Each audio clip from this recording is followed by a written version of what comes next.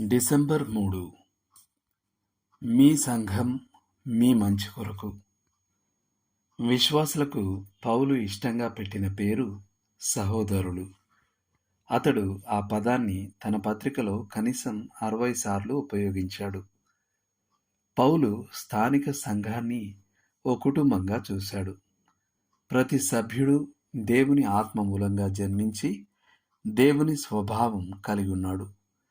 అందరూ దేవుని కుటుంబంలో భాగంగా ఉన్నారు. విశ్వాసులు స్థానిక సంఘాన్ని నిర్లక్ష్యం చేయడం లేదా పట్టించుకోకపోవడం విచారకరం. ఏ కుటుంబం కూడా పరిపూర్ణమైంది కాదు. అలాగే ఏ స్థానిక సంఘం పరిపూర్ణమైంది కాదు. కానీ తన్ను సంరక్షించి కాపాడడానికి ఓ కుటుంబమే లేనట్లయితే పిల్లాడు బాధపడి చనిపోతాడు.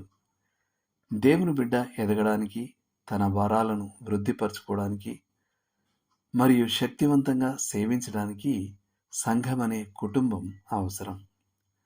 దేవుడు ఇలా అంటున్నాడు, కొందరు మానుకొనుచున్నట్లుగా సమాజముగా కూడుకొనుట మానక ఒకరినొకడు హెచ్చరించుచు ఆ దినము సమీపించుట మీరు చూచిన కొలది మరి ఎక్కువగా అలాగూ చేయదము.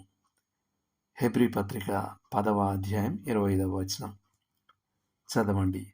కీర్తన 122:1, పేతురు రాసిన మొదటి పత్రిక 1వ అధ్యాయం 22 నుండి 25 వరకు. చేయాల్సిన పని: మీ స్థానిక సంఘాన్ని బట్టి దేవునికి కృతజ్ఞతలు చెల్లించండి. మీ సంఘం మీకు పరిచర్య చేసే విధాలు పేర్కొండి.